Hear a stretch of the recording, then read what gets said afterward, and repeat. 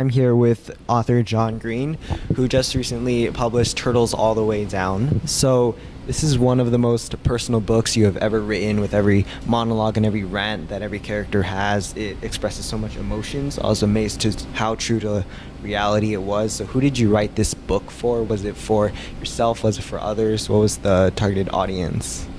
Oh, that's a really interesting question. I mean, I did write it for other people, but I did in some ways write it in response to certain experiences that I'd had. But I wanted it to be read by other people. If I'd written it just for myself, in the end, I probably would have not published it. And there were times during the writing process where I thought about that, but I really did want to share it with people.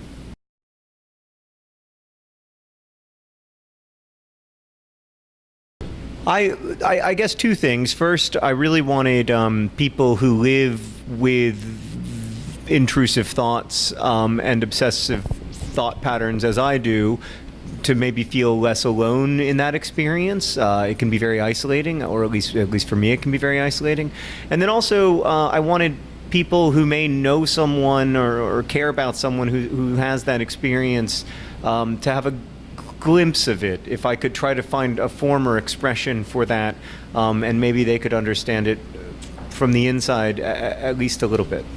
So, with the reality of the situation and also with the mystery of Pickett's disappearance and how she has to sleuth her way to get to the bottom of the mystery, there were many tones and many moods that clashed, that should have clashed, but they went well together. So, what was your what did you want to convey? What kind of tone did you want?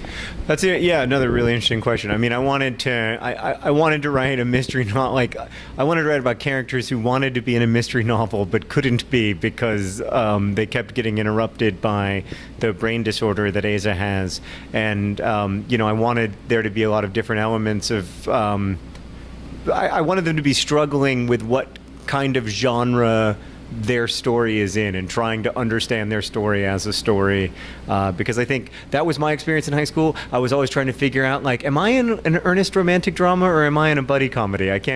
Sometimes I couldn't tell. So, as a creative writer myself, what is some advice you want to give to all the creative writers out there? I think reading is the best apprenticeship that writers have. I think we get to learn from people who lived hundreds of years ago and people who are living now about how they use scratches on a page to make ideas exist inside of our head. And so I think reading is the number one thing, reading broadly, reading critically. And then I also think that you have to keep writing. You have to let yourself get better. And part of that is just continuing to do the work, and that's been my experience. Like, I still don't feel like I'm good at writing, but I hope that I'm getting better, and I hope I feel that way my whole career.